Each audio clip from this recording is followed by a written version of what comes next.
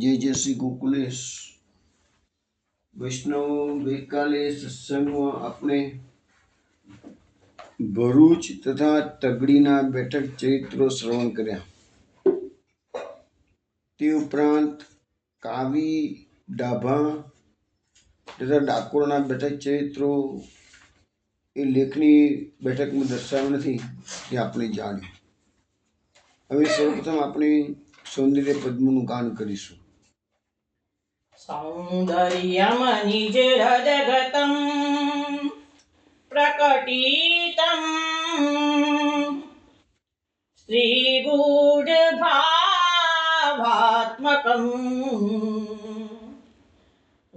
रूपं च पुनस्तदन्तर्गतं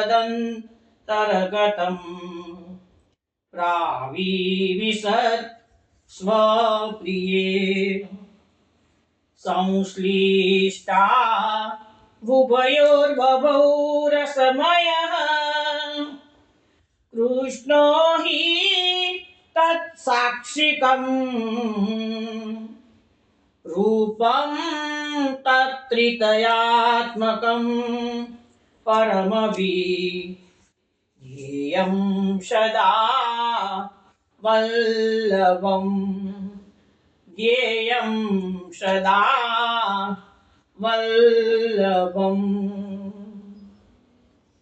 વૈષ્ણવ ગઈકાલે આપણે શ્રવણ કર્યું કે ડાભાની અંદર મુસ્લિમ ભાઈ ઇબ્રાહિમ મુલતાની પર શ્રી મહાપ્રભુએ કૃપા કરી છે તથા અમદાવાદમાં વેજલપુર મુકામે અંબા માતાના પરમ ભક્ત જીતુભાઈ ભટ્ટ પર પણ કૃપા કરી છે। તે પ્રસંગો આપણે શ્રવણ કર્યા।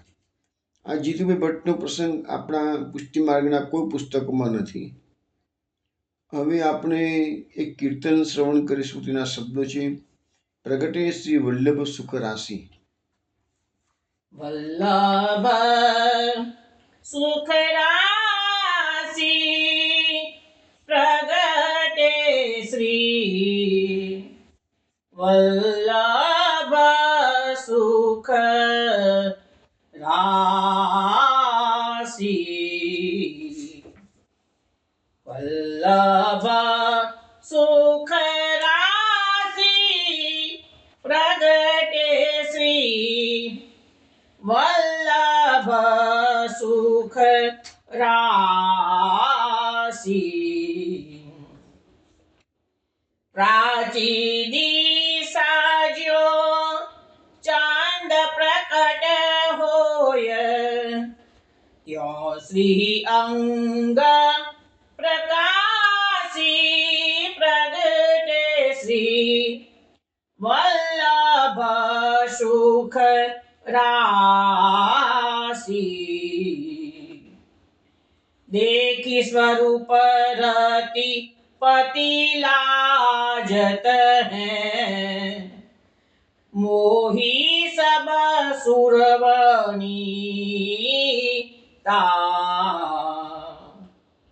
भक्त चकोर मग्न रस पीवत तन सुध को न जनिता प्रगटे श्री वल्लभ सुख राशि। ब्रह्मवाद दृढ़ भूपर करी के दुष्टन मत ही विदार गज गति चाल निरखी वल्लभ की गज गति चाल निरखी वल्लभ की भीम कियो बलिहार प्रगटे श्री वल्लभ सुख राशि। वल्लभ सुख राशि प्रगटे श्री वल्लभ સુખ રાશિ.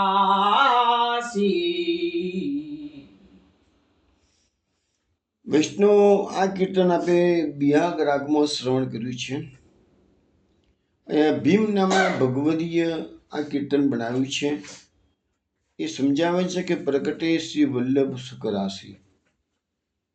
સુખ રાશિ, સુખનો ભંડાર એવા શ્રી વલ્લભનું પ્રાગટ્ય પુત્ર પર થયું છે.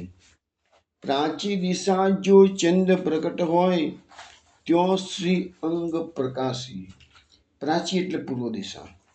પૂર્વ દિશામાં જ્યારે પ્રકાશ ચંદ્રનું પ્રાગટ્ય થાય છે તે વખતે અંધારામાં ચંદ્ર એકદમ ઉજ્જવલ દેખાય છે.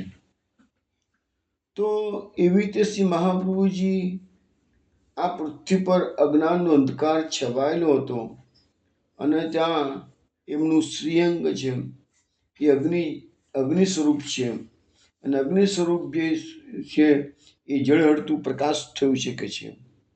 એવી રીતે અહીંયા અજ્ઞાનનો અંધકારને દૂર કરવાનો છે. દેખી સ્વરૂપ રતિપતિ લાજત હૈ મોહી સબ સુર વનિતા. હવે મહાપ્રભુજીનું સ્વરૂપ તો ટોટલી આપણે કહીએ એ પ્રમાણે અગ્નિ સ્વરૂપ છે. મુખારવિંદ છે એ ચંદ્રના જેવું તેજસ્વી છે. એટલે એમનું જે સ્વરૂપ છે, સૌંદર્ય છે, રતિપતિ, રતિના પતિ એટલે કામદેવ. કામદેવ આ દુનિયામાં કામદેવથી વધારે સુંદર કોઈ ના હોઈ શકે. તો એને પણ અત્યારે લજવાઈ જાય છે કે રે આ શ્રી વલ્લભનું પ્રાકટ્ય આટલું બધું સુંદર છે કે છે.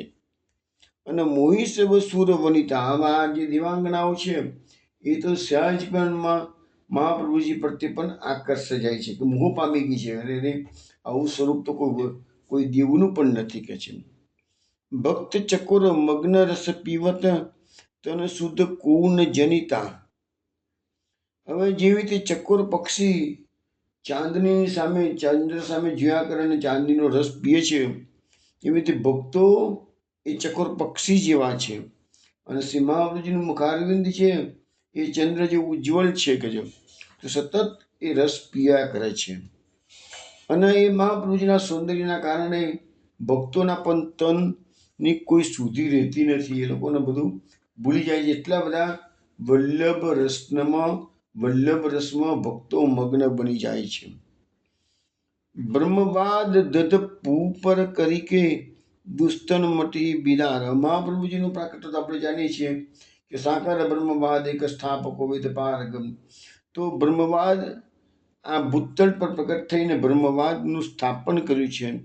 અને દુષ્ટોનો મઠ એટલે કે જે માયાવાદ છે, જે બીજા માતુ છે, એ બધાને એમને વિદાય કર્યો છે, એટલે વિદાય કરી દીધા છે. ગજગતિ ચાલ નિરીખી વલ્લભ કી ભીમ કિયો બલિહાર. હવે આ ભીમ નામના ભગવતી અને મહાપ્રભુજીના જે દર્શન થયા છે એ યાત્રા પ્રવાસ કરતા ગજગતિ ચાલી રહ્યા છે કે છે. અને એના દર્શન કરીને આ ભીમ નામના ભગવતીએ છે એ કે હું એમના પર બારી જાઉં છું. વૈષ્ણવો, ગઈકાલે આપણે છેલ્લે તગડી બેઠકનું ચરિત્ર શ્રવણ કર્યું. તકડી આપણે ગઈકાલે વાત કરતા હતા કે શ્રી મહાપ્રભુજી ગુજરાતના પ્રવાસે પ્રથમ પરિક્રમા દરમિયાન પધાર્યા છે. અમદાવાદમાં વિજલપુર મુકામે જીતુભાઈ ભટ્ટ પર ગઈકાલે જે કૃપા કરી છે એનું વર્ણન ગઈકાલે મેં કર્યું. હવે ત્યાંથી અમદાવાદથી સૌરાષ્ટ્રમાં પ્રવાસમાં મહાપ્રભુજી પધારે છે. સર્વપ્રથમ તગડી મુકામે પધારે છે. તગડીનું ચરિત્ર તો ગઈકાલે આપણે જોયું હતું કે બલરામ અને શ્રી કૃષ્ણ માખણ ખાઈ રહ્યા છે એવો ભાવ પેલા ભાઈને બ્રાહ્મણને થયો છે.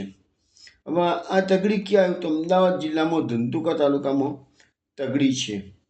અને ગામની બહાર મોટા તળાવના કિનારે શ્રી મહાપ્રભુજીના બેઠકજી આવેલા છે. બેઠકજીનું નવનિર્માણ થઈ ગયું છે. અમે થોડા વખત પહેલાં જ ગયા હતા તો જોયું હતું તો બેઠકજી બહુ સુંદર તૈયાર થઈ ગયેલા છે કે છે. અને સેવા પ્રકાર પણ ખૂબ સુંદર ચાલે છે. અને અમે લોકો ત્યાં જ્યારે લગભગ 2016ની સાલમાં ગયા હતા, મને ખ્યાલ તો સુધી 2015ના ડિસેમ્બરમાં ગયા હતા. તો રાજભોગના દર્શન ખુલ્લા હતા. મુખિયાજીને કીધું કે ભાઈ અમે લોકો હવે અપરસ કરી લઈએ છીએ, જ્યારે સ્પર્શ કરવાની. મુખિયાજી ચોખ્ખું કહી દીધું કે ભાઈ હવે રાજભોગના દર્શન ખુલ્લા છે, પણ અનુસરણનો સમય થઈ ગયો છે. હવે તમે લોકો જો અપરસમાં સ્નાન કરશો, મેવો શુદ્ધ કરશો, તૈયારી કરશો, તો બીજો કલાક નીકળી જશે કે છે. તો મહાપ્રભુજીને અવેર થઈ શકે છે. એટલે તમે જો સાચા વૈષ્ણવ હોય તો અત્યારે ઝરીચરણ સ્પર્શનો આગ્રહ ના રાખશો, રોકાઈ જાઓ અને ઉત્થાપનમાં ઝરીચરણ સ્પર્શ કરી દો કે છે. પણ અમે મુખ્યજીની વાતને માની લીધી કે અમારાથી એવી રીતે તો મહાપ્રભુજીને શ્રમ તો અપાય જ નહીં. આમ તો અમારો પ્રોગ્રામ એવો હતો કે અમે ટાઈમસર પહોંચી જવાના હતા, પણ કોઈ કારણસર અમારી ગાડી લેટ પડી ગઈ, ના આવી શકે ટાઈમસર.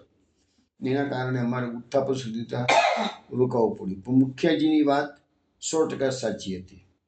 આજે બીજી બધી બેઠકોમાં તમે જાઓ તો આ ટાઈપના ભાવથી મુખ્યજી સેવા કરનારા તમને બહુ ઓછા હશે ને. તેવું પણ નથી કહેતા પુષ્ટિ માર્ગમાં બધે જ કંઈ અંધારું જેવું પણ નથી. પણ આ મુખ્યજીની જે વાત હતી અમારા ગળે તરત ઉતરી ગઈ હતી. એટલે મેં કીધું સારું કરીએ, અમે રોકાઈ જઈએ છીએ અને ઉત્થાપનમાં જ્યારે મહાપ્રભુજી બિરાજશે તે કરે અમે જ્યારે સ્પર્શ કરીને પછી આગળ અમારી યાત્રાનો લઈ જઈશું એમ.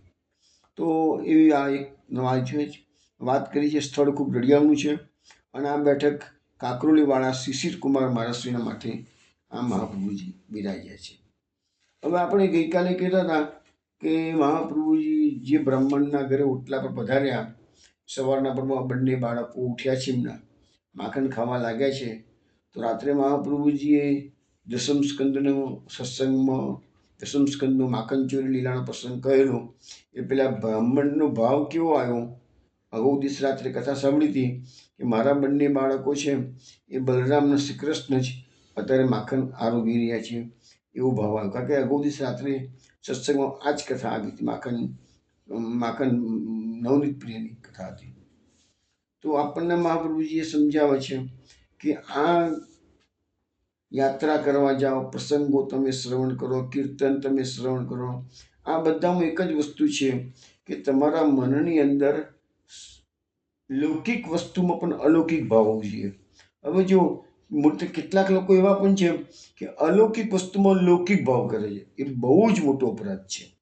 પણ તમે લૌકિક વસ્તુમાં અલૌકિક ભાવ કરો. દાખલા કે આ બ્રાહ્મણભાઈની વાત કરીએ આપણે, એને 2 બાળકો, એના છોકરા માખણ આરોગતા હતા, પણ એને શું થયું કે બલરામ શ્રી કૃષ્ણ આરોગી રહ્યા છે. એટલે લૌકિકમાં અલૌકિક ભાવ આવ્યો. તો એ આપણને મહાપ્રભુજી સમજાવે છે કે ભલે લૌકિક કાર્યો આપણે કરતા હોઈએ પણ સતત અલૌકિકની જ આપણે માનતામાં અલૌકિકનો વિચારો આવવા જોઈએ.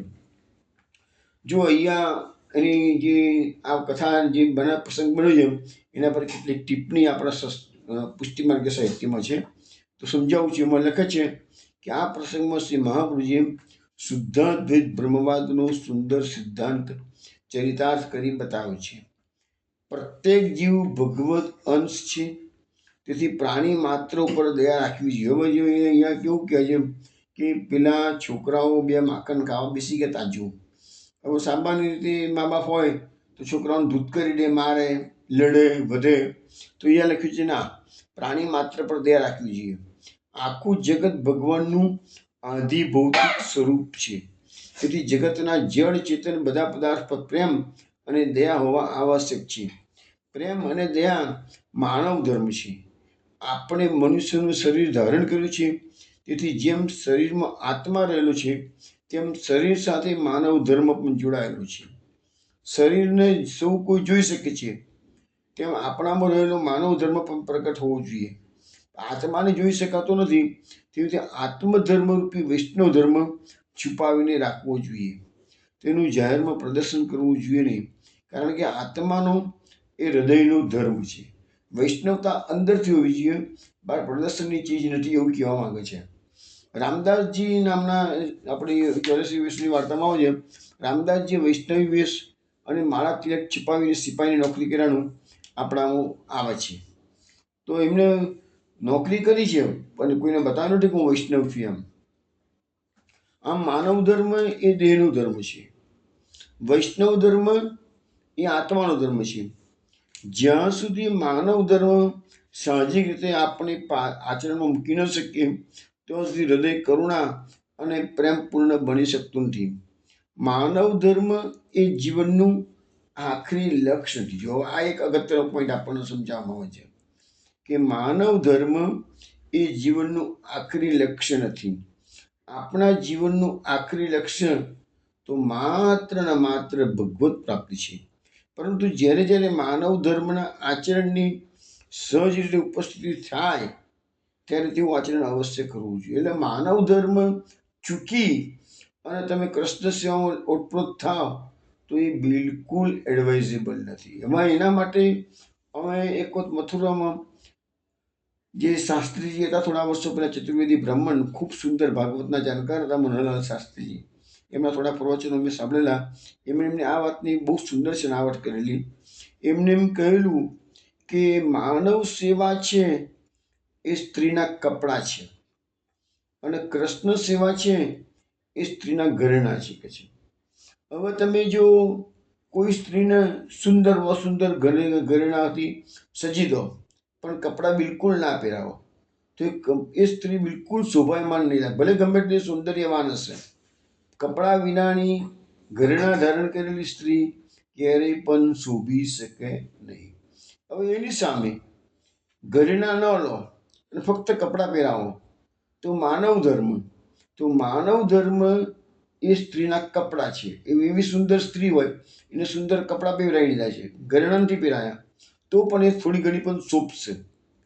પણ માનવ ધર્મ અને કૃષ્ણ સેવા બંને જ ભેગું થશે એટલે કે સ્ત્રીને ઘરેણાં હોય, સ્ત્રીના કપડાં પણ હોય, વસ્ત્ર પણ હોય તો એ સ્ત્રી ઓર એનો નિખાર આવશે. તો આ રીતે એ મનોહરલાલ શાસ્ત્રીજીએ આ સમજાવેલું કે માનવ ધર્મ ચૂકીને કૃષ્ણ સેવા કરશો તો પ્રભુને ક્યારેય પ્રસન્નતા નહીં થાય. કેમ? તો પ્રાણી માત્રમાં ભગવદ અંશ હોય. આપણા પરિવારના સર્વ મનુષ્યો પણ જો વૈષ્ણવ હોય તો પરિવારના સૌ પ્રત્યે માનવ ધર્મની સાથે સાથે વૈષ્ણવ ધર્મનું પાલન કરવું જોઈએ. એ પણ આપણા માટે અનિવાર્ય બને છે. હવે વૈષ્ણવ શબ્દની સમજૂતી આપી છે. વૈષ્ણવમાં પહેલો વ છે એ શ્રી વલ્લભનો વ છે, છેલ્લો વ છે એ શ્રી વિઠ્ઠલનો છે અને વચ્ચે સ્ન આવે છે એ કૃષ્ણનો છે કે છે. એટલે જેના હૃદયમાં શ્રી કૃષ્ણ બિરાજતા હોય, શ્રી વલ્લભ બિરાજતા હોય અને શ્રી વિઠ્ઠલનાથજી બિરાજતા હોય એનું નામ વૈષ્ણવ. એટલે વૈષ્ણવના હૃદયમાં સતત બે ગુરુ અને શ્રી કૃષ્ણ સ્વયં આપણા પ્રભુ બંને બિરાજતા હોય એ વૈષ્ણવનું હૃદય, એ વૈષ્ણવ જ કહેવાય કે છે. એટલે વૈષ્ણવના હૃદયમાં સતત આ સ્વરૂપનો આવિર્ભાવ થયેલો હોવો જોઈએ. તેથી વૈષ્ણવ ઉપર કદી પણ ક્રોધ ના કરવો, તેમની કદી નિંદા ના કરવી, તેમના પ્રત્યે હંમેશા પ્રેમ અને વિવેકપૂર્વકનું વર્તન રાખવું. જો વર્તન ન રાખીએ તો તેનાથી એમના હૃદયમાં રહેલા મહાપ્રભુજી અપ્રસન્ન થાય છે અને તે વાત રામાનંદ પંડિતની વાર્તામાં પ્રસિદ્ધ છે. માટે વૈષ્ણવના અપરાધથી બચવું જોઈએ. આટલા માટે ઘરના પ્રત્યેક તરફ વૈષ્ણવની ભાવના રાખવામાં આવે તો ઘરમાં કદી કલેશ કે કંકાસ થાય નહીં. સદા પ્રેમ અને પ્રસન્નતાનું વાતાવરણ બની રહે. તેથી જ્યાં પ્રભુ બિરાજતા હોય, જ્યાં પ્રભુના લાડીલા વૈષ્ણવ હોય તે ઘર નથી પણ વ્રજભૂમિ બની જાય છે. તો વ્રજની અલૌકિક લીલાનો આનંદ પ્રકટ બિરાજે છે. માટે આ પ્રસંગ આપણને શીખવે છે કે ઘરમાં બાળકોથી મળીને વૃદ્ધ સુધી આખા પરિવાર પ્રત્યે વૈષ્ણવની ભાવના રાખવી જોઈએ. પણ વૈષ્ણવતા ઘરમાં હોય તો આજે તો જોવા મળે છે ને, તો ત્યાં સુધી જોવા જઈએ ને તો મેં તમને થોડા દિવસ પહેલાં બી કહેલું કે એમાં બ્રાહ્મણનું બ્રાહ્મણત્વ જતું રહ્યું છે અને વૈષ્ણવનું વૈષ્ણવત્વ પણ જતું રહ્યું છે. કારણ કે વૈષ્ણવ થઈ અને બ્રહ્મસંમત દીક્ષા ના લીધી હોય, કંઠી ધારણ ના કરતા હોય, આચાર વિચારની પાળતા ના હોય તો પછી ખાલી વૈષ્ણવના ઘરમાં જન્મ લીધો છે એટલે કે વૈષ્ણવ થઈ જવાતું નથી. તમારા મહાપ્રભુજીની વાતને માનવી જ પડશે તો જ વૈષ્ણવતા રહેશે. તો જ બે વ અને કૃષ્ણ અને વલ્લભ અને વિઠ્ઠલ તમારા હૃદયમાં બિરાજશે. એટલે પ્રાણી માત્ર પ્રત્યે દયા અને કરુણા મન, વચન અને કર્મથી રાખવી જોઈએ. આપણે થોડા વખત પહેલા જૈન મુનિ સાથેનો વાર્તાલાપ પાટણમાં જોયો. એમાં પણ આ જ વાત મહાપ્રભુજીના સેવકોએ કરેલી છે કે અમારામાં દયા વસ્તુ છે જ નથી. એવું તો છે જ નહીં પુષ્ટિ માર્ગમાં જૈન મુનિને સમજાવવામાં આવેલું. પરંતુ અમે દયાના ધર્મ તરીકે મુખ્ય છીએ, પણ મુખ્ય ધર્મ નહીં. જ્યારે જૈનમાં શું છે, અહિંસાના કારણે દયાને મુખ્ય બતાવી દીધું છે. આપણામાં દયાનો ધર્મ ગૌણ બતાવવામાં આવેલો છે. આપણામાં મુખ્ય ધર્મ છે એ કૃષ્ણ સેવાનો માર્ગ છે. આમ શ્રી મહાપ્રભુજી આ પ્રસંગમાં બ્રાહ્મણ સ્ત્રી પુરુષને જે આજ્ઞા કરી છે તે આજ્ઞા આપણે બધાએ હૃદયમાં ધારણ કરવી છે. મુખ્ય વાત એક જ છે કે લૌકિક બાળકો માખણ આરોગતા હતા, પણ એમને અલૌકિક બલરામ શ્રી કૃષ્ણનો ભાવ જાગ્યો. તો આપણે સતત આ સંસારમાં જન્મ્યા છીએ, કુટુંબમાં રહીએ છીએ, સમાજની વચ્ચે રહીએ છીએ, અનેક પ્રકારના લોકો મળે છે, પણ દરેકે દરેક જગ્યાએ આપણા મનમાં લૌકિકમાં અલૌકિક. હું તમને એક એક્ઝામ્પલ આપું. અમારા એક ભાઈ અમારા ઘરે સવારે દૂધ આપવા માટે આવતા હતા, થોડા વર્ષો પહેલાંની વાત છે. હવે અમારા ઘરની પાછળના ભાગમાં જ ગૌશાળા હતી. પહેલાં 30 વર્ષથી અમારા ઘરે ગાયનું દૂધ આવતું હતું. છેલ્લા 2 વર્ષથી બંધ થઈ ગયું છે. ગૌશાળા એ લોકો હટાવી દીધી જતી હતી, ઘરની નજીકમાં જ હતી. એક ભાઈને નક્કી કર્યું કે તારે રોજ ગૌશાળામાં જઈને દૂધ લઈ આવવાનું. હવે એક દાડો આવ્યા ભાઈ સવારે, તો કે આજે કે જે દૂધ ઓછું મળ્યું છે. મેં તો કેમ ભાઈ, શું થયું? તો કે પેલા સરદારજી જેનું કેરટેકર કરે છે, ગાયોની સેવા કરે છે, એને એમ કીધું આજે બધા વાછરાને અચાનક દરવાજો ખુલી ગયો હશે તો બધા વાછરા છૂટી ગયા અને બધી ગાયોને જઈને સ્તનપાન કરવા બેસી ગયા કે છે, અને આ લોકોનું ધ્યાન ના રહ્યું એટલે ગાયોએ દૂધ આજે ઓછું આપ્યું છે કે છે. એટલે મેં તરત જ કીધું કે ભાઈ આ તો પુષ્ટિ માર્ગ આવ્યો. એટલે હજુ આપણે ભાવ કેવો જાગ્યો. આપણે જ્યારે ભગવાન શ્રી કૃષ્ણની દશમ સ્કંદની લીલાઓ શ્રવણ કરી તેના પ્રસંગ આવે તો કે ક સમયે વત્સ મુંચાન, એવો એક શ્લોક આપણે બધાએ સાંભળ્યો હતો. ક સમયે વત્સ મુંચાન, હે જશોદાજી, ગોપીઓ ફરિયાદ કરે છે, જશોદાજી તમારો લાલો સમય થયો નથી તો પણ વાછરા છોડી મૂકે છે. તો એ જ વાત અહીંયા અમારી પાછળની ગૌશાળામાં એ દિવસે વળી કે સમય થયો નહોતો તો પણ વાછરા બધા નીકળી ગયા અને પોતાની માતાનું સ્તનપાન કરવા બેસી ગયા, એટલે દૂધ ઓછું મળ્યું. તો ક સમય વત્સ મુંચન. હવે આ પુષ્ટિ માર્ગમાં એપ્લિકેબલ કથાની સાથે એપ્લિકેબલ કર્યું. હવે પુષ્ટિ માર્ગની રીતે આપણે એપ્લિકેબલ કરીએ. કેવી રીતે થાય?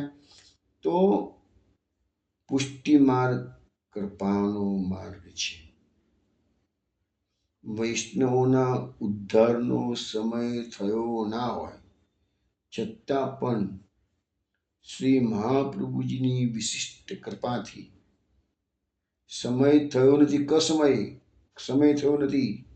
જેવી રીતે વાછરાને સમય થયો તો મુક્ત કરવામાં આવ્યા, એવી રીતે આ જીવાત્મા સંસારમાં ભટકી રહ્યો છે, પણ શ્રી મહાપ્રભુજીની વિશિષ્ટ કૃપાથી સમય થયો નથી તો પણ એને છોડી મૂકવામાં આવે છે, મુક્ત થઈ જાય છે. લે ચાલ તું જતો રહે, ભગવત ધામમાં જતો રહે, ચાલ તો રખડતા રખડપટ્ટી આટલા જન્મોથી કરું છું, બંધ થઈ ગઈ. મહાપ્રભુજી વિશિષ્ટ કૃપા, એનું નામ જ આ પુષ્ટિ માર્ગ છે. તો લૌકિક કાર્યોમાં પણ અલૌકિક ભાવ તમે કેળવશો ને તો તમારું મૃત્યુ સુધરશે. અંતિમ સમયે તમને એ જ ભાવ જાગશે કે આખી જિંદગી તમે જે કરશો ને એ જ તમને કાયમ માટે યાદ રાખશે. એટલે આપણે સામાન્ય રીતે પણ આપણા ઘર સંસારની અંદર સતત કૃષ્ણનું સ્મરણ કરવું હશે ને તો આ રીતે એક હેબિટ કેળવવાની જરૂર છે. હવે અહીંયા એક પ્રસંગ આપેલો છે કે થોડા વર્ષો પહેલા મથુરામાં જે દ્વારકાધીશનું મંદિર છે એને રાજાધિરાજનું મંદિર કહે છે. તૃતીય ઘરમાં માટે બિરાજે છે એ દ્વારકાધીશજી. બહુ જાણીતું મંદિર છે, વિશ્રામ ઘાટની નજીકમાં જ છે. ત્યાં દરરોજ શયન સમયે બાળકો આવે અને મંદિરના વિશાળ ચોકમાં રમે અને આનંદ કરે. દર્શન પછી મેવો વંટાય અને તે લઈને ઘેર બધા બાળકો જતા રહે. આ રોજનું થઈ ગયું. બાળકો આવે, ધીંગા મસ્તી કરે, મજાક મસ્તી કરે અને પછી પેલું બેવું વંટાય ને એટલે પ્રસાદ લઈને પોતપોતાના ઘેરે જતા રહેતા હતા. હવે આ બાળકોની જે ધમાલ હતી ને ત્યાં ઓફિસમાં અધિકારી બેઠેલા હતા ને, એક દાડો એને આ કંટાળો કે આ હું રોજ આ કલબલ અવાજ બાળકો કર્યા કરે છે કે છે. એટલે અધિકારીથી આ સહન ના થયું. ત્યારે એમને મંદિરના ચોકીદારને બોલાવીને કહી દીધું કે આ ચોકમાં કોઈ બાળકોને રમવા દેશો નહીં, આટલો બધો અવાજ કરે છે એટલે હવે કોઈને રમવા દેશો નહીં કે છે. અને એ લોકોને પ્રસાદ આપો છો સાજી તો પ્રસાદ આપવાનું બંધ કરો. એ પ્રસાદના કારણે બાળકો બધા આમ છે કે છે, એટલે મેવો વાંચશો નહીં કે છે. તો પેલા ચોકીદારે કડકાઈથી કહી દીધું બધા બાળકોને, ચલો કોઈ અહીંયા ઊભા નથી રહેવાનું. તો એ દિવસ રાત્રે સપનામાં અધિકારીને દ્વારકાધીશ ભગવાને દર્શન આપીને કીધું કે તું આજે તારા પર ઘણો જ અપ્રસન્ન છું, કારણ કે મને તો બાળકો બહુ પ્રિય છે અને તમે રમવાનું તો બંધ કરાવી દીધું. તો તમને ખબર છે કે જે બાળકોની વચ્ચે હું પણ રોજ એ બાળકો સાથે ખેલવા માટે ત્યાં આવતો હતો કે છે. તો આવતીકાલથી તમે બાળકોને રમવા દેજો, હવે એ લોકોને કાઢી મૂકશો નહીં કહે છે. એટલે પછી અધિકારી ભગવદ આજ્ઞા તો સવાલ જ નથી રહેતો ને. અધિકારી તો એના ઘરનો રહ્યો અધિકારી, ભગવાનનો અધિકારી થોડો છે. ભગવાનની આજ્ઞા આગળ તો કોઈને ચાલતું જ નથી.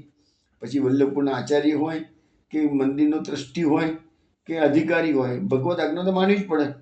ચાલે જ નહીં કોઈનું, સર્વોપરી સત્તા છે. એટલે પછી એને ચોકીદારને વિજય સુધી હવે તું રંબા દેજે, ઉપરથી હુકમ થયો છે કે આપણું નહીં ચાલે વગે છે. તો આ પ્રસંગમાં આપણને એક બીજો સિદ્ધાંત જાણવા મળે છે કે લૌકિક વ્યક્તિ અને વસ્તુમાં પણ ભગવત ભાવ હંમેશા વિચારવો, જેથી આપની દ્રષ્ટિ અલૌકિક બને અને મન, વચન અને કર્મથી પ્રભુની લીલાનું રતન થયા કરે. એટલે સતત બધા કાર્યમાં પ્રભુના જ લીલાને જ એપ્લિકેબલ થાય એવો પ્રયત્ન કરવો. અલૌકિક વસ્તુ લીલાઓમાં કદી લૌકિક બુદ્ધિ. હવે ભગવાનની કથાઓ તમે સાંભળતા હો તો પછી લૌકિક રીતે એની બોલવણી ક્યારે નહીં કરવાની, પાછો તો અપરાધ થઈ જાય. લૌકિકમાં અલૌકિક વિચારો છો તો એ ઉત્તમ વસ્તુ છે, પણ અલૌકિકમાં લૌકિક લાવશો તો અપરાધ થઈ જશે અને દોષના અધિકારી બનાવશે. એટલે અલૌકિક સ્વરૂપ કે લીલાનું સ્ફુરન પછી તમારે પછી છે ને અલૌકિક વસ્તુમાં અલૌકિકની જો પછી લૌકિક જો દ્રષ્ટિ એવી થઈ જશે ને તો એ જ જોયા કરશો.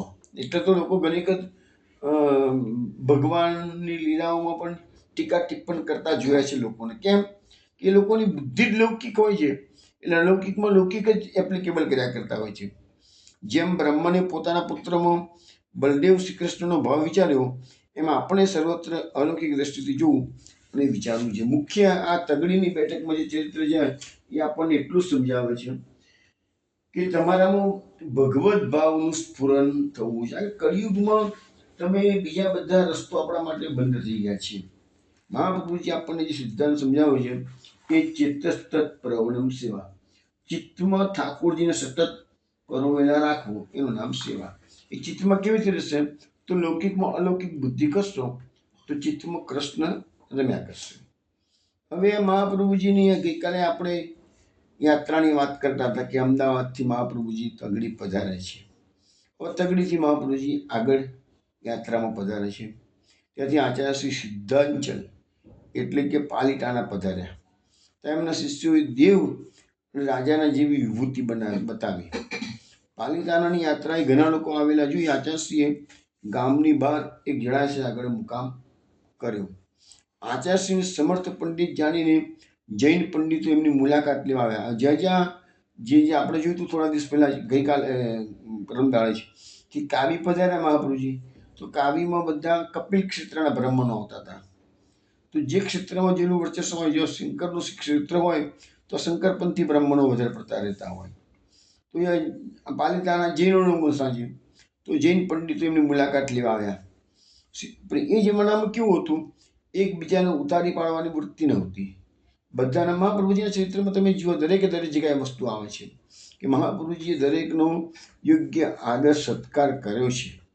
ભલે ને વિરુદ્ધ ધર્મના કે વિરુદ્ધ વિચારો ધરાવનારા હતા તો કોઈની જોડે ગાળાગાળી કે અપશબ્દોનો પ્રયોગ કે નથી કર્યું. ફક્ત શાસ્ત્રોના અવતરણો ટાંકી અને સામેવાળાને સમજાવવાનો પ્રયત્ન કર્યો છે કે બ્રહ્મવાદનો સિદ્ધાંત જ આ કળિયુગમાં એપ્લિકેબલ થઈ શકે એમ છે અને બીજા કોઈ વાદ આ કળિયુગ માટે એપ્લિકેબલ નથી.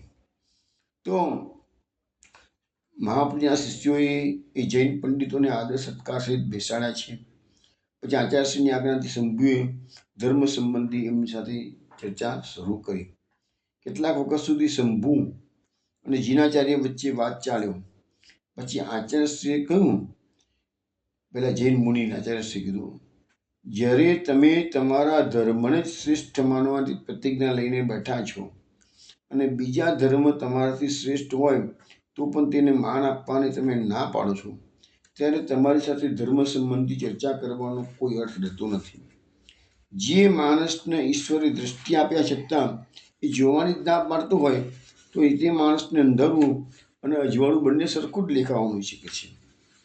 જે માણસ પોતાની પાસેની વસ્તુ બીજાની વસ્તુ સાથે સરખાવી તે સારી છે કે નઠારી તેનો નિર્ણય કરી શકતો ન હોય અને પોતાની પાસે છે તે સારું છે એમ માને તો તેને સત્ય જ્ઞાન થવાનો સંભવ નથી.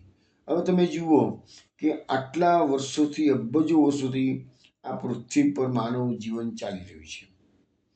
અનેક અનેક મહાપુરુષો આ પૃથ્વી પર પ્રકટ થયા છે. દરેકે દરેક મહાપુરુષે પોતાના સિદ્ધાંતો રજૂ કરેલા છે. પરંતુ જે સમયે જે સિદ્ધાંતો વધારે પડતા એપ્લિકેબલ થઈ શકતો હોય એ વાદ જ ચાલ્યો. મહાપ્રભુજીના સમયમાં બુદ્ધના સમયમાં વેદોની વિરુદ્ધમાં વર્તન થયું. શંકરાચાર્યના સમયમાં વેદોનો ઉદ્ધાર થયો અને બુદ્ધોને પરાસ્ત કર્યા. ત્યાર પછી મહાપ્રભુજીનો સમય આવ્યો તો મહાપ્રભુજીએ માયાવાદને દૂર કર્યો અને બ્રહ્મવાદનું સ્થાપન કર્યું. તો જે શ્રેષ્ઠ વસ્તુ છે એને સ્વીકારવી જ જોઈશે ને, અને ન સ્વીકારે તો માણસ એવા પથ્થર યુગમાં રહેતો હતો એ પથ્થર યુગમાં જ રહેશે. પછી જ્યારે ટેકનોલોજી આગળ વધી જતી હોય તો દરેક માણસે ટેકનોલોજીનો સ્વીકાર કરવો પડે. ના સ્વીકાર કરે તો એ જૂનાના જમાનાની અંદર જ રાચા કરતો હોય ને. હવે જીવકૃત શાસ્ત્રોની આજ્ઞા માનવામાં ઘણું જોખમ છે. ગમે તેવો જીવ ઊંચી પાયરીએ ચડે તો પણ તે સર્વ રીતે સંપૂર્ણતાને પામતો નથી. તમારા જેવાએ લોકોના અંતચક્ષુ ઉઘડે એવો બોધ કરવો જોઈએ. મૂળે તો જીવ માયારૂપી પડદાથી અંધ જેવો છે. તેમ છતાં તમે જીવકૃત પડદાઓ એની આગળ ઊભા કરો એટલે તે બેવડો આંધળો થાય. તો માયાથી અંધ થયેલો છે અને એમાં પછી આપણે કહે છે ના બીજાની વાત માનવા જ તૈયાર ના થઈએ. આપણે એમ જ છીએ કે અમારો જ કક્કો ખરો કર્યા કરીએ ને અને બીજાની સારી વસ્તુ પર સ્વીકાર નહીં તો મહાપ્રભુજી સમજાવી બેવડો આંધળો થઈ જાય છે. ત્યાંથી આચાર્ય પાલીતાણાથી આચાર્યશ્રી પ્રભાસ ક્ષેત્રમાં પધાર્યા. ત્યાં દેહોત્સર્ગ પર મુકામ કરી આચાર્યશ્રીએ કૃષ્ણાસ મેઘનને કહ્યું કે આ સ્થળમાં આદવા સ્થળી થઈ હતી. હવે આપણે આ પ્રભાસ ક્ષેત્રની તો આપણા શ્રીમદ ભાગવતમાં ઘણી વાતો આવશે. આજે થોડીક વાતો કરીશું આપણે. તો અહીંયા આજે બી મહાપ્રભુજીની ત્યાં આગળ પ્રભાસ ક્ષેત્રમાં તમે જાઓ તો મહાપ્રભુજીની દેહોત્સર્ગની બેઠક છે. કૃષ્ણાસ મેઘનને મહાપ્રભુજી કીધું એ યાદવા સ્થળી થઈ હતી. 56 કરોડો યાદવો કપાઈને મર્યા હતા આ જગા. અહીંથી બળભદ્રજી શ્રેષ્ઠનું રૂપ ધારણ કરીને પોતાના ધામો પરમ ધામો શેષનાગના રૂપમાં બલભદ્રજી પધારી ગયા. આપણે અવશ્ય સપ્તાહ કરવી જોઈએ. જે પછી ત્રિવેણીમાં સ્નાન કરી નિત્ય નિયમ કરી શ્રી ભાગવતના પારાયણનો આરંભ કર્યો. અહીંયા મહાપ્રભુજી હવે શ્રીમદ ભાગવતનું પારાયણ કર્યું એટલે બેઠકજી આજે પણ પ્રકટ છે. પછી ભાગવતનું પારાયણ કરી આચાર્યશ્રી સોમનાથના દર્શન કરવા ગયા. ત્યાં સોમનાથ મહાદેવ છે. તમે એમનું થોડા વખત પહેલા જ એનું ઉજવણી નરેન્દ્ર મોદીએ કરી સોમનાથની. તો એ સોમનાથના 1000 વર્ષ પૂરા થયા. તો એ સોમનાથમાં દ્વાદશ જ્યોતિર્લિંગમાંનું એક જ્યોતિર્લિંગ કહેવાય છે સોમનાથનું. અને એ જગા પ્રભાસ ક્ષેત્ર ઘણી પવિત્ર જગા છે. જ્યાં આગળ વિદુરજીએ તીર્થયાત્રા કરતા પ્રભાસ ક્ષેત્રમાં જ્યારે પધાર્યા હતા ત્યારે એમને સમાચાર મળ્યા હતા કે ભાઈ પાંડવ કૌરવોનું યુદ્ધ પૂરું થઈ ગયું છે. 100 કૌરવો મરી ગયા છે અને પાંડવો વિજય થયા છે. એ આ જગા છે. બલરામજી પણ ફરતા યાત્રા કરતા પ્રભાસ ક્ષેત્રમાં પધાર્યા. ત્યાં બલરામજીના સમાચાર મળી રહ્યા કે દુર્યોધન અને ભીમનું ગદા યુદ્ધ શરૂ થઈ ગયું છે. તરત પોતે કુરુક્ષેત્રના મેદાનમાં આવી ગયા છે જ્યાં યુદ્ધ ચાલતું ત્યાં. કારણ કે બંનેના ગુરુ બલરામજી હતા. તો એ આ પ્રભાસ ક્ષેત્રનું ઘણું મહત્વ છે. આપણે થોડી વાર તો આજે કરીશું, પણ અત્યારે તો સોમનાથના દર્શન કર્યા છે મહાપ્રભુજીએ. વેદનું પારાયણ અહીંયા કરેલું છે. અને આ સ્થળમાં એક શંભુ નામનો બ્રાહ્મણ આચાર્યશ્રી પાસે આવીને કહે છે કે તમે બ્રાહ્મણ થઈને વિષ્ણુ માર્ગના ચિહ્નો કેમ ધારણ કરો છો? બ્રાહ્મણો તો હંમેશા શિવનું આરાધન કરવું જોઈએ. ત્યારે આચાર્યશ્રી ઉત્તર આપ્યો કે શિવજી શ્રી હરિની વિભૂતિ રૂપ છે. કેમ કે ભગવાન શ્રી કૃષ્ણ ગીતામાં કહે છે કે રુદ્રાનામ શંકરશ્ચાસ્મિ, અર્થાત 11 રુદ્રમાં શંકર એ શ્રી હરિની વિભૂતિ છે. પછી ભાગવતના 10મ સ્કંદના 88મા અધ્યાયમાં શ્લોક આવે છે શિવ શક્તિયુત સસ્વત્રિલિંગો ગુણ સંવૃત વૈકારસ્તેજસ્ચ તામસશ્ચેત્યહમ ત્રિધામ. એટલે કે શિવજી નિરંતર શક્તિયુક્ત છે, અને સાત્વિક, રાજસ અને તામસ એ 3 પ્રકારના અહંકારથી વિતરાયેલા છે. એટલા માટે સત્વપ્રધાન બ્રાહ્મણોએ તામસ પ્રધાન દેવની આરાધના કરવી યોગ્ય નથી. હવે શિવજી તો મોક્ષ આપી શકતા નથી, પણ શિવજી ભોગ આપવાની શક્તિવાન છે. એનો ભાગવતમાં એનું પણ ઉદાહરણ 10મા સ્કંદનો 88મો અધ્યાયમાં ભાગવતમાં એક શ્લોક છે. દેવાસુરમણે સુએ ભજંતી શિવમ શિવમ પ્રાંસ્તે ધણીનો ભોજાનતો લક્ષ્મ્યા પતિમ હરિમ. એટલે કહેવામાં આવે છે કે દેવો હોય કે અસુરો હોય કે મનુષ્ય હોય, એ લોકોએ શિવની ભક્તિ એટલા માટે કરવી જોઈએ કે શિવ ધન આપે છે, ભોગ આપે છે. પણ લક્ષ્મીપતિ જે ભગવાન છે એ ભોગ આપતા નથી. એ શિવ લક્ષ્મીપતિ ભગવાન છે ને એ ભોગ નથી આપતા. લક્ષ્મીપતિ વિષ્ણુ અને શિવજી જે છે એ ભોગ આપે છે. તો એ વાત આપણને અહીંયા મહાપ્રભુજીએ કરેલી છે કે ઉદાહરણમાં રાવણ, કુંભકર્ણ આ બધા ભોગવૃત્તિવાળા હતા ને એટલે શંકરની આરાધના કરતા હતા. ને મોક્ષની ઈચ્છા જેની હોય એને શ્રીહરિને ભજવા જોઈએ. શ્રીહરિની ભક્તિ કરે તેને ગુણાવતાર દેવતાઓની ભક્તિ કરવાનું પ્રયોજન રહેતું નથી. આ પ્રમાણેનું આચાર્યનું ભાષણ સાંભળી તે બ્રાહ્મણ ત્યાંથી ચાલ્યો ગયો. આ સ્થળમાં પ્રભાસથી થોડી દૂર હિરના નદીને કાંઠે દેવોત્સવ આગળ ગુફામાં શ્રી આચાર્યશ્રીની બેઠક છે. અહીંથી થોડી દૂર સરસ્વતી અને હિરના નદી મળે છે. તે જગ્યા ત્રિવેણીના નામથી ઓળખાય. આજે પણ ત્રિવેણી સંગમ ત્યાં પણ છે. પછી આચાર્યશ્રી ત્યાંથી માધવ સરસ્વતી પધાર્યા અને સરસ્વતીમાં સ્નાન કરીને પછી જુનાગઢ પધાર્યા છે. હવે આપણે અહીંયા જુનાગઢની વાત પછી કરીશું. પહેલાં પ્રભાસ ક્ષેત્રની વાત કરવી છે, પણ એની પહેલાં આપણે એક રસિયાનું ગાન શ્રવણ કરી લઈએ. કયો નંબર આવે છે? 278 નંબર કીર્તન કુંજમાં છે. કયો નામ છે? નેહ લગ્યો મેરો શ્યામ સુંદર સો. નેહ લગ્યો મેરો શ્યામ સુંદર સો કીર્તન કુંજમાં 278 નંબરનો રસિયા છે.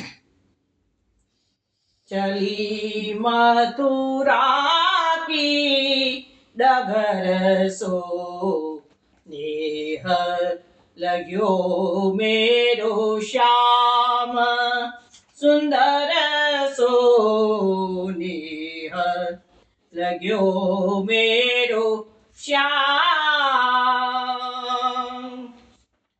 आय बसंत सभी बन फूले खेतन फूली है सरसों में पीरी भई पिया के विरह सो निकसत प्राण अधर सो कहो जाय बंसीधर सो नेह लग्यो मेरो श्याम सुंदर सो नेह लग्यो मेरो श्याम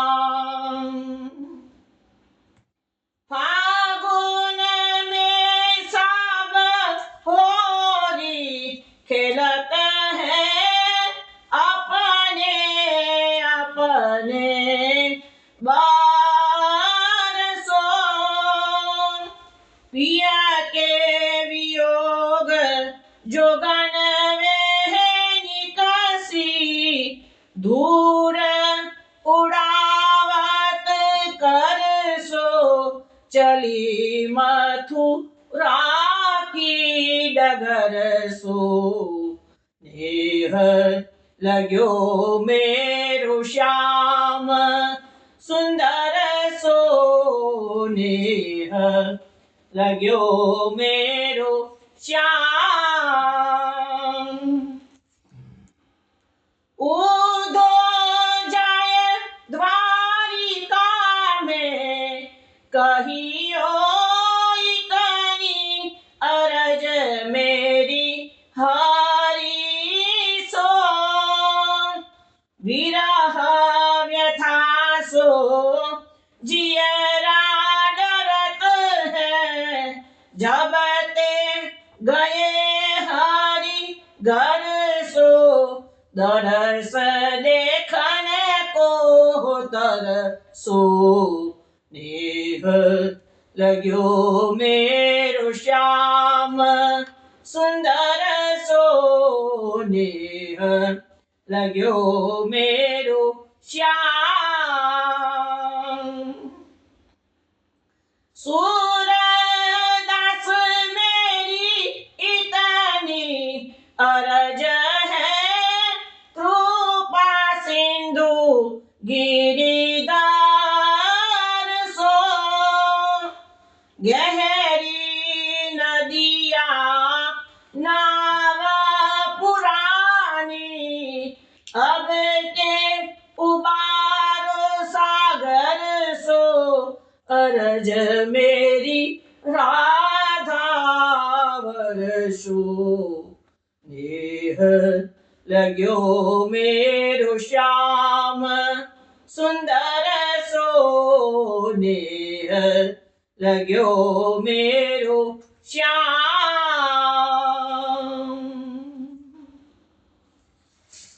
વિષ્ણુ આ રહસ્ય આપણે કાફી રાગમાં શ્રવણ કર્યું છે. હવે આપણે પ્રભાસ ક્ષેત્રમાં મહાપ્રભુજીની બેઠક છે એ દેવોત્સવની બેઠક કહેવાય છે. તો પ્રભાસ ક્ષેત્રમાં જે ઘટના બની છે એનું ભાગવતમાં ખૂબ સુંદર વર્ણન છે, પણ હું તમને થોડું શોર્ટમાં સમજાવું છું. પહેલાં તો આ પ્રભાસ ક્ષેત્ર જે તીર્થ છે એ બહુ પ્રાચીન તીર્થ છે. આ દ્વાદશ જ્યોતિર્લિંગમાંનું જે સોમનાથનું શિવલિંગ છે એ બી ઘણું પ્રાચીન છે, એટલે લગભગ ઓરિજિનલ જ છે બધું છે.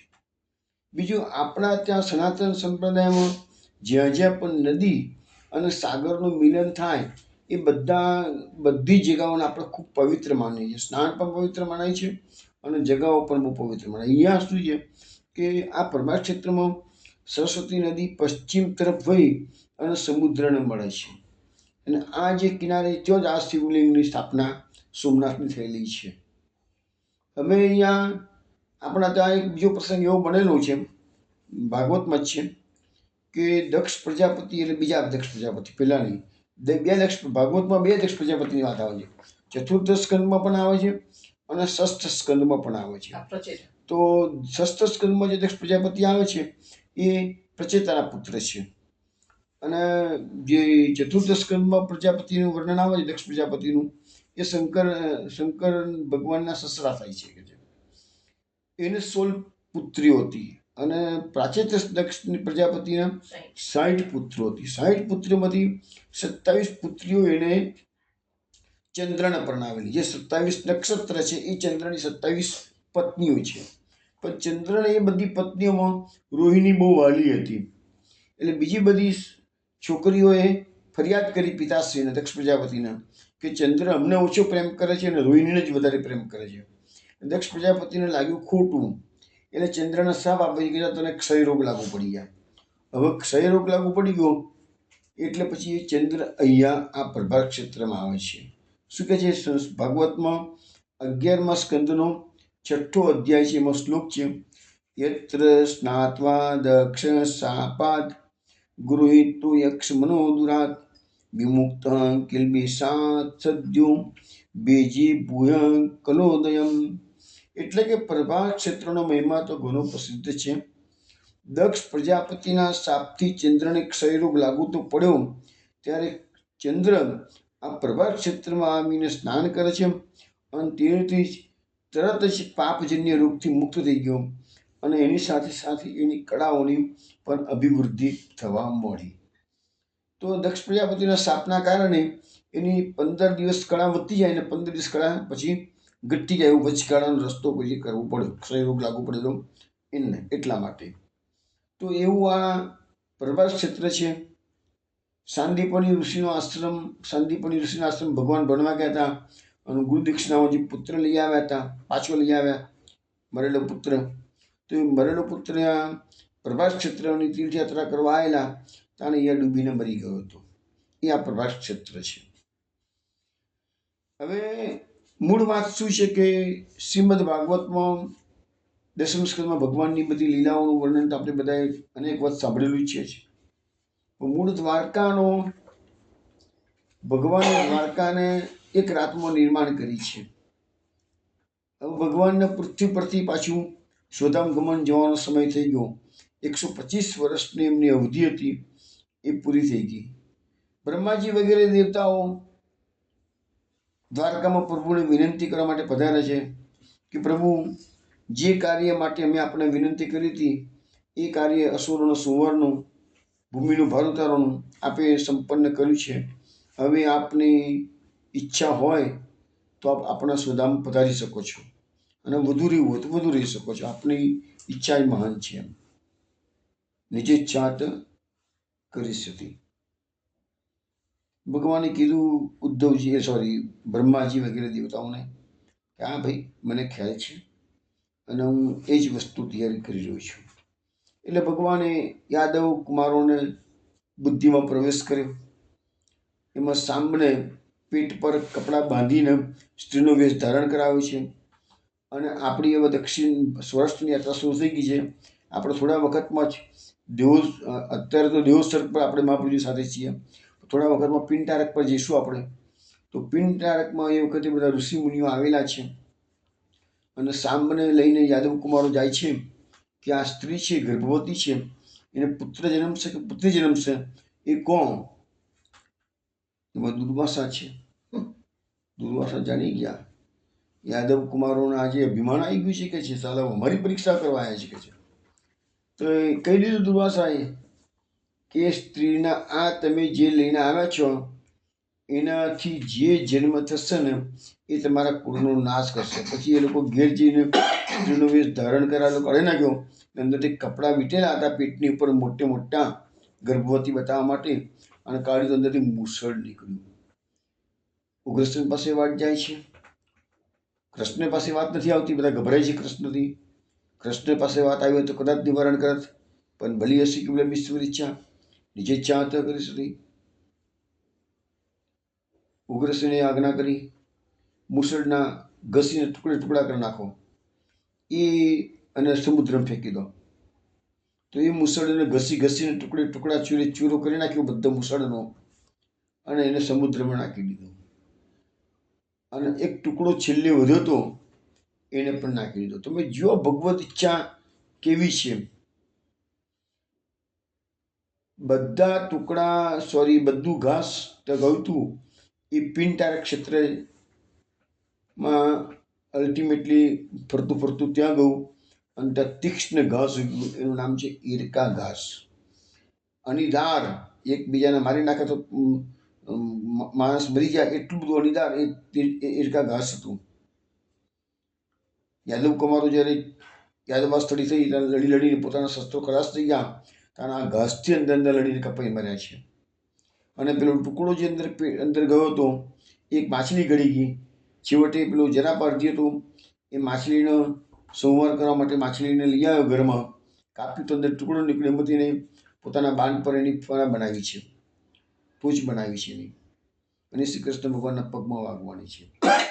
તો ઋષિઓનો શાપ ક્યારે પણ નિષ્ફળ જાય નહીં. કહ્યું હતું કે આ મુસળ તમારા કુળનો નાશ કરશે.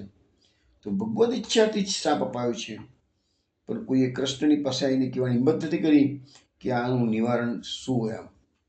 અને ભગવાન પણ ઈચ્છતા હતા, દેવો પણ ઈચ્છતા હતા કે પ્રભુ સ્વધામ ગમન કરે. હવે અને ભગવાને દેવોને કીધું છે કે મારું કાર્ય તો પૂરું થઈ ગયું છે, હું જાણું છું કે છે, છતાંય આ યાદવો આટલા બધા પૃથ્વી પર છે 56 કરોડ, એ પૃથ્વીને ભારે પડે એવા છે કે છે. મારા ગયા પછી કોઈના કંટ્રોલમાં નહીં રહે કે છે. બહુ બળવાન છે યાદવો કે છે. એટલે મારે એમનો રસ્તો કરવો પડશે, અને પછી હું સ્વધામ ગમન થઈશ. તો એનો રસ્તો કરવા માટે પછી આ શરૂઆત થઈ ગઈ. દ્વારકામાં ઉત્પાતો થવા મળ્યા. બધાને ખબર પડી ગઈ કે હવે કંઈક અજુગતું બનવાનું છે. આપણા ગુજરાતી ઇંગ્લિશમાં એક કહેવત છે, coming events cast their shadow before. આગમની, ગુજરાતીમાં કે આગમની અજાણી. જ્યારે માણસને કહે છે ને, ગુજરાતી બીજી પણ એક કહેવત છે, વિનાશ કાળે વિપરીત બુદ્ધિ. જ્યારે માણસનું ખરાબ થવાનું હોય ને ત્યારે એને બધું સારી વિચારો ના આવે, એને ખરાબ નેગેટિવ વિચારો બહુ આવતા હોય. આ એક સામાન્ય તમે રોજબરોજના જીવનમાં તમે જોઈ જજો કે જે લોકોનું પતન થવાનું હોય ને એને સારી બુદ્ધિ ભગવાન ના મૂકે. બુદ્ધિ પ્રેરક કૃષ્ણ થયો. ભગવાન એની બુદ્ધિમાં પ્રવેશી. એટલે તો ઘણી વખત સમજાવ્યું છે સિદ્ધાંત કે ગીતામાં કીધું છે ને ભગવાને કે કર્મણીમાં અધિકાર અસ્તિ મા ફલેશું કદાચ ને, કર્મમાં તારો અધિકાર છે ફળ નથી. હું તો કહું છું ના. મહાપ્રભુજી ગીતાથી એક વાક્ય વધારે કહે છે. મહાપ્રભુજી એ કહે છે નિજ ઈચ્છા અત્યારે કરી શકે. એટલે મહાપ્રભુજી એમ કેમ કહે છે કદાચ તારા કર્મમાં પણ અધિકાર નથી. તારે જેવું કર્મ ભગવાનને કરાવવાનું છે ને એવું તારી બુદ્ધિમાં પ્રવેશ કરીને તને એ પ્રમાણે કામ કરાવે છે. તારું પતન થવાનું હોય તો તારી બુદ્ધિમાં પ્રવેશ કરીને તને નેગેટિવ કામો કરાવશે. તારું ઉદ્ધાર થવાનું હોય તો તને તારી બુદ્ધિમાં પ્રવેશ કરીને તને સંતો મહાત્માઓ પાસે મોકલી આપશે. તો આ સિદ્ધાંત મહાપ્રભુજીનો સિદ્ધાંત છે કે ચિત્ત તું સિદ્ધની ચિંતા ધરે કૃષ્ણને કરવું હોય તે કરે. આ બધી વસ્તુ પુષ્ટિ માર્ગમાં 100% સાચી છે. કોઈ શંકાના સ્થાન નથી એમાં. હવે ઉદ્ધવજીને ભગવાને આજ્ઞા કરી. ભગવાનના પરમ સખા છે ઉદ્ધવજી. ઉદ્ધવ તમે બદ્રિકાશ્રમ જાઓ. ઉદ્ધવજી સમજી ગયા ભગવાનની લીલા કઈ આ જ પ્રકારની છે. ભગવાન મારો ત્યાગ કરી રહ્યા છે. એટલે ઉદ્ધવજીએ ગીડગીડાતા પ્રભુના ચરણોમાં મસ્તક મૂકીને કીધું છે નાહમ ના અહમ તવાંગ્રી કમલમ ક્ષણાર્ધમપી કેશવ ત્યક્તુમ સમુત્સહે નાથ સ્વધામનયમામપી. ઉદ્ધવજી સમજી કે ભગવાન હવે લીલા સંવરણના દિવસો નજીકમાં આવી ગયા છે. દ્વારકામાં ઉત્પાતો શરૂ થઈ ગયા છે. ભગવાને ઉદ્ધવજીને આજ્ઞા કરી દીધી ઉદ્ધવ બદ્રિકાશ્રમ જાઓ, નીકળી જાઓ. ઉદ્ધવજી કહે છે પ્રભુ હું અડધી ક્ષણ માટે પણ તમારા ચરણ કમળનો ત્યાગ કરી શકું તેમ નથી. માટે મને તમારી સાથે સ્વધામ નય મામ આપી. મને પણ સ્વધામ નય એટલે લઈ જાઓ. તમારી સાથે તમારા ધામમાં લઈ જાઓ. પેલું નાનું છોકરું બાપની જો જીદ કરે મારે ફરવા આવું છે ફરવા આવું છે એવું અહીંયા સખાને જીદ કરે છે. સખાને જીદ કરે છે કે મને લઈ જાઓ તમારી સાથે. ત્યારે ભગવાન કહે છે ના ઉદ્ધવ તારે તો બદ્રિકાશ્રમ જવું જ પડશે. ઉદ્ધવજી કહે છે પ્રભુ હું કયા આધારે જીવીશ તમારા વિના. ત્યારે ભગવાન એને પોતાની પાદુકાજી આપે છે અને કીધું છે ઉદ્ધવજી ભાગવત ધર્મનો પ્રચાર તમારે કરવાનો છે. અને ભગવાને પોતાનું તેજ શ્રીમદ ભાગવતમાં મૂક્યું છે. હવે આ બાબતનું એક ડિસ્કશન અમારે ચાલતું હતું સત્સંગમાં છે. અમારે કે ડૉક્ટર નવીનભાઈ શાહ ઘણી વખત સત્સંગમાં આવતા અને મેં ડૉક્ટર નવીનભાઈ શાહની પરમ ભગવદીય વૈષ્ણવ વડોદરામાં શ્રીપાદનગર બને ઘણી વખત વાતો કરેલી છે મેં એમની. એમનો પણ ભાગવતનો અભ્યાસ ઘણો સારો. એક વખત અમારા ઘરે સત્સંગમાં બેઠા હતા. અમે લોકો આ ચર્ચા નીકળી આ ઉદ્ધવને ભાગવતમાં જે 11મો સ્કંદ છે ને એ ભગવાને ઉદ્ધવને જે ઉપદેશ કર્યો છે એનો જ છે આખો. આખા ભાગવતનો સાર એટલે 11મો સ્કંદ. ભગવાનનો બધો જ ઉપદેશ છે. આખા બધા શાસ્ત્રોનો સાર કોને તો પણ આ જ ચાલે. ભગવાને ઉદ્ધવજીને જે ઉપદેશ કર્યો છે એ બધાનો સાર. હવે અમારે ચર્ચા ચાલી કે ભગવાને ઉદ્ધવજીનો ઉપદેશ દ્વારકામાં કર્યો કે પ્રભાસ ક્ષેત્રમાં કર્યો. મેં કીધું નવીન કાકાને કે દ્વારકામાં કર્યું છે. નવીન કાકા કે ના નારાયણભાઈ પ્રભાસ ક્ષેત્રમાં ઉપદેશ થયો છે. એટલે એ જ્યારે સત્સંગમાં આવે ને ત્યારે એમને પ્રભાસ ક્ષેત્રમાં ઉપદેશ થયો છે એના મુદ્દા લઈને આવે. હું એમની સામે દ્વારકામાં ઉપદેશ થયો છે એના મુદ્દા બતાવું. અમારી ચર્ચાનો અમારે કંઈ ઝઘડો ના થાય પણ ચર્ચા થાય. એટલે મેં તમને કીધું લૌકિકમાં અલૌકિક જ લેતા જવાનું બધું કાયમ માટે. આ વસ્તુ આ ભગવદીઓનું લક્ષણ જ આ છે કે રાત દિવસ ગમે તે વાત હોય તો લૌકિકમાં અલૌકિક જ લઈ આવવાનું. આ ભગવદીઓનું મુખ્ય લક્ષણ. કૃષ્ણની લીલા જ ગાન કરવાનું. તમે ગમે ત્યાં બનાવો નાનો મોટો બનતો હોય સમાજનો તો પણ કૃષ્ણની લીલા સાથે જ ત્રટવી. ભગવાનના સમયમાં આવું બન્યું હતું. સુરદાસજીએ આવું કહ્યું હતું. એ જ વાત તમારા લઈ આવવાની વચ્ચે. એ જ ભગવદીઓનું લક્ષણ છે. હવે અમારું આ ડિસ્કશન ચાલ્યું 2-4 વખત થયું. બંને સાચા હતા. પછી એક વખત શ્રીધરી ટીકા અમારા હાથમાં આવી ગઈ. શ્રીધર સ્વામીનો આ પ્રસંગ મેં વાંચ્યો ને તો શ્રીધર સ્વામીને કીધું ભગવાને ઉદ્ધવજીને દ્વારકામાં પણ ઉપદેશ કર્યો છે અને પ્રભાસ ક્ષેત્રમાં પણ ઉપદેશ કર્યો છે. 2 વખત ભાગવત ધર્મનો ઉપદેશ થયો છે અને બંને પ્રકારના મુદ્દા શ્રીમદ ભાગવતમાં હતા જ. અને બંનેનું સંકલન કરીને જ્યારે નેક્સ્ટ ટાઈમ નવીન કાકા આવ્યા એમને કહ્યું, દેખા કાકા, આ જવાબ આપણને શ્રીધરી ટીકામાંથી મળી ગયો, તમે પણ સાચો છો અને હું પણ સાચું છું. તો આપણે જોઈએ બંને જગ્યાએ ભાગવતમાં કેવો કેવો ઉલ્લેખ છે એ પણ તમને હું બતાવી દઉં આજે. હવે આપણે મેં તમને થોડી વાર પહેલાં કીધું કે ભાઈ પ્રભાસ ક્ષેત્રની અંદર ભગવાને એને ઉદ્ધવજીને આજ્ઞા કરી એ 11માં પ્રભાસની દ્વારકામાં એ 11મો સ્કંદ અને 6થો અધ્યાય છે 11મા સ્કંદનો. હવે આપણે 11મા સ્કંદના 29મા અધ્યાયમાં જઈએ તો દ્વારિકામાં ભગવાને ઉદ્ધવજીને ભાગવત ધર્મનો ઉપદેશ કર્યો, ચોખ્ખું લખ્યું છે. 11મા સ્કંદના 29મા અધ્યાયમાં ચોખ્ખું લખ્યું છે કે ભગવાને ઉદ્ધવજીને દ્વારિકામાં જ્યારે એમને આજ્ઞા કરી દીધી કે તમે બદ્રિકાશ્રમ જાઓ તો હું કેવી રીતે જીવીશ, ત્યારે ભગવાને ઉદ્ધવજીને ભાગવત ધર્મનો ઉપદેશ કર્યો હતો. પછી ઉદ્ધવજીએ ભગવાનની પ્રદક્ષિણા કરી, તેમના ચરણોમાં મસ્તક ટેક્યું. ત્યાંથી નીકળતા ઉદ્ધવજીનું ચિત્ત પ્રેમાવેશથી ભરાઈ ગયું. તેમના નેત્રોમાંથી નીકળતી અશ્રુધારાઓએ ભગવાનના ચરણોને ભીંજવી દીધા. હવે આ વસ્તુ ઉલ્લેખ કર્યો છે 11મા સ્કંદનો 29મો અધ્યાય. હવે આપણે 3જા સ્કંદના 4થા અધ્યાયમાં જઈએ.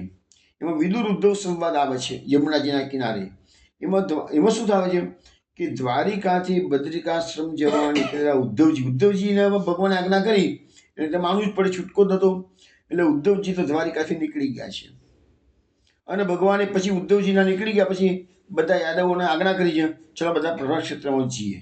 એ વાત આપણે થોડા પછી કરીશું. અત્યારે ઉદ્ધવજી બદ્રિકાશ્રમ જવા નીકળી ગયા, પણ ઉદ્ધવજીનું ચિત્ત ક્યાં છે?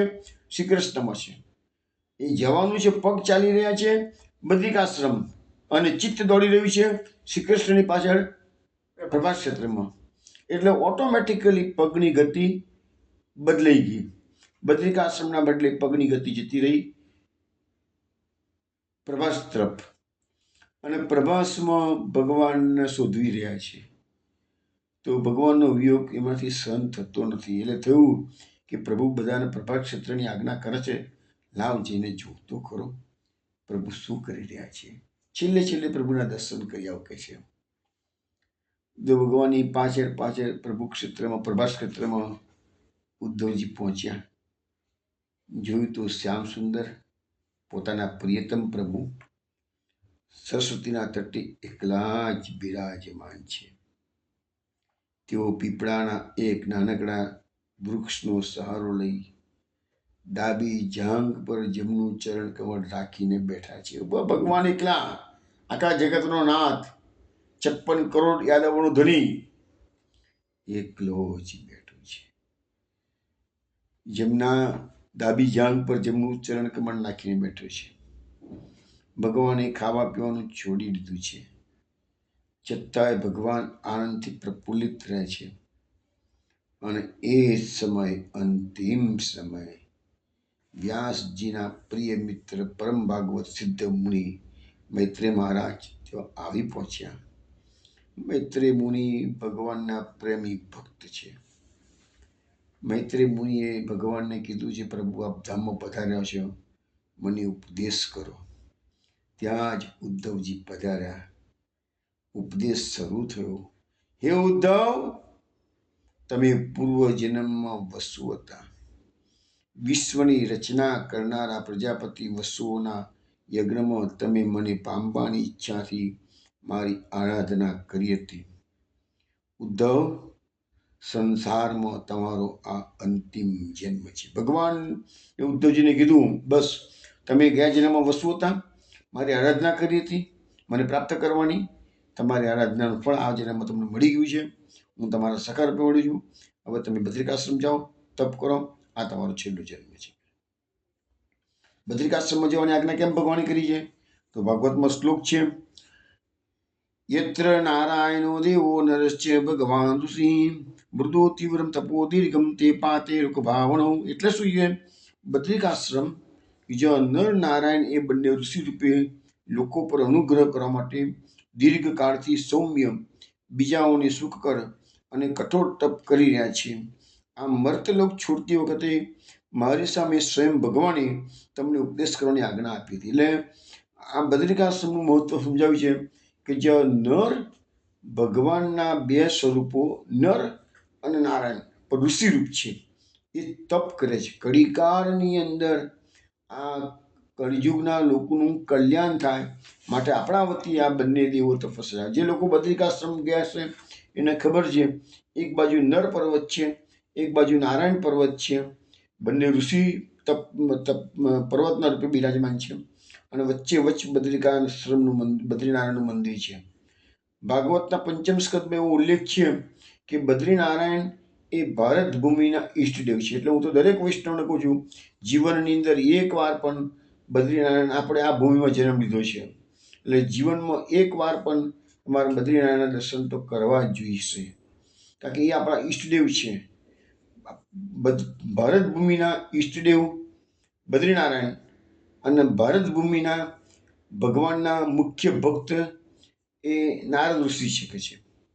તો એ બધું પંચમ સ્કંદમાં એનો બધો ઉલ્લેખ આવે છે. જ્યારે જ્યારે આપણે જોઈશું એ પ્રમાણે હાઇલાઇટ હું તમને કરતો જઈશ.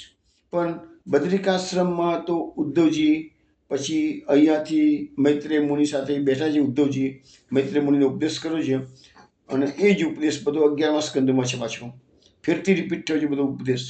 ઉદ્ધવજીને 2 વાર થયો ઉપદેશ અને પછી મૈત્રેય મુનિને કીધું છે કે હવે વિદુરજી તમને મળે ત્યારે આ ઉપદેશ તમે એને આપજો. એટલે જ્યારે ઉદ્ધવજી અને વિદુરજીનું મિલન જમુનાજીના કિનારે થાય છે ત્યારે વિદુરજી કહે છે કે અંતિમ સમયે ભગવાને તમને જે ઉપદેશ કર્યો છે ઉપદેશ મને કરો. ત્યારે ઉદ્ધવજી કહે છે કે ના, ભગવાને આ આજ્ઞા મૈત્રેય મુનિને કીધી છે એટલે મૈત્રેય મુનિ તમને ઉપદેશ કરશે, મારાથી ના થઈ શકે. અને મારે તો બદ્રિકાશ્રમ જવાની આજ્ઞા છે એટલે હું બદ્રિકાશ્રમ જઉં છું. ઉદ્ધવજી ત્યાંથી છૂટા પડ્યા છે, બદ્રિકાશ્રમ જાય છે અને આ બાજુ વિદુરજી પ્રભાસ ક્ષેત્રમાંથી હરિદ્વાર આવે છે, મૈત્રેય મુનિને મળે છે. મૈત્રેય મુનિ કહે છે હા, મને કૃષ્ણની આજ્ઞા થઈ ગઈ છે, હું તમને ઉપદેશ કરું છું. એટલે પછી મૈત્રેય મુનિ ઉદ્ધવજીને જે ઉપદેશ કરે છે તો મૈત્રેય અને વિદુરના સંવાદમાં ભાગવતના અમુક સ્કંદ છે. વૈષ્ણવો, હવે આપણે પ્રભાસ ક્ષેત્રમાં તો મહાપ્રભુજીની સાથે આવી ગયા છીએ. હવે શ્રી કૃષ્ણ પણ અહીંયા પધારે છે. આપણે ઝાડ જોઈ રહ્યા છીએ, પીપળાનું ઝાડ, આજે પણ એ ઝાડ છે. ત્યાં મહાપ્રભુજીની કૃપાથી આપણને શ્રી કૃષ્ણના દર્શન થઈ રહ્યા છે. ત્યાં બેઠા છે, પોતાની એક પગ પર બીજો પગ જાંઘ પર ચડાવીને બિરાજમાન છે. હવે શું થઈ રહ્યું છે એક ખૂણામાં ઉભા રહીને આપણે જોયા કરીશું. પણ હવે આવતા સોમવારે સત્સંગ નથી, પરંતુ મંગળવારે રાત્રે 8 વાગે તમે નોંધ રાખી લેશો વૈષ્ણવો કે આજે ગુરુવાર થયો, સોમવારે સત્સંગ નથી અને મંગળવારે રાત્રે 8 વાગે મળીશું. ત્યાંના આપણે શ્રી કૃષ્ણ ભગવાનના પીપળાના ઝાડ નીચે શું થઈ રહ્યું છે એ બધી લીલાના દર્શન કરીશું આપણે. ત્યાં સુધીમાં જય શ્રી ગોકુલેશ.